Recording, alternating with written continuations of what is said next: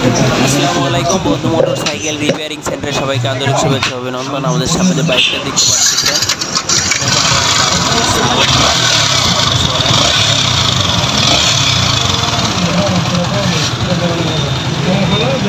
তো এই তো শুনলেন সাউন্ডের অবস্থা। এখন আমরা ওয়াইডিটি দিয়ে চেক করবো আসলে গাড়ির কোন কোন প্রবলেম আছে কিনা, কোনো সেন্সরের কোনো প্রবলেম আছে কিনা বা মিসিং করছে কিনা। তো সব কিছু আমরা চেক করার পর দেখলাম এখানে গাড়ির আরপিএম ডাউন হয়ে যায়। তো আমরা যেহেতু আরপিএম ডাউন হয়ে যায় আর গাড়িটা ভারী ভালো plus short ready pick up পাওয়া যায় না, গাড়িটা অনেক সময় বন্ধ হয়ে যায়।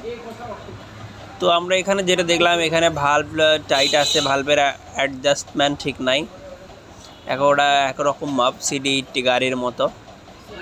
তো যাই হোক, এটা আমরা এখন সঠিকভাবে অ্যাডজাস্ট করব। তারপরে বাটারফ্লাই, থ্রোটল, বডি, তারপরে হচ্ছে আপনার ফুয়েল পাম্প, এগুলো সব ক্লিন করব।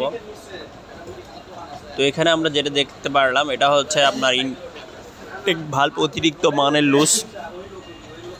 এর মাপ ছিল হচ্ছে 0.30 mm।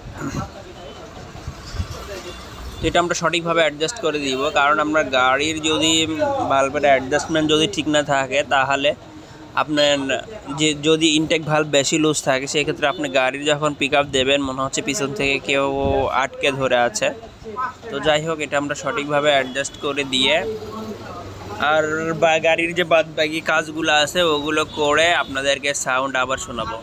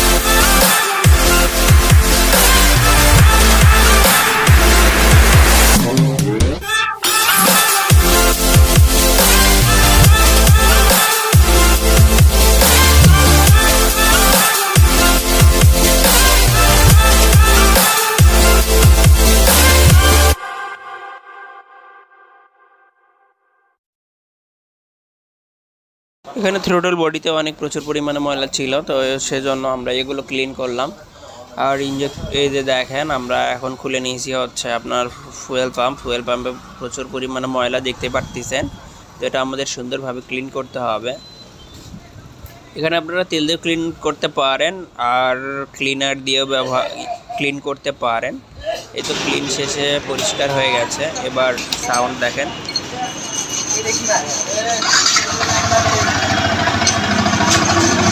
এই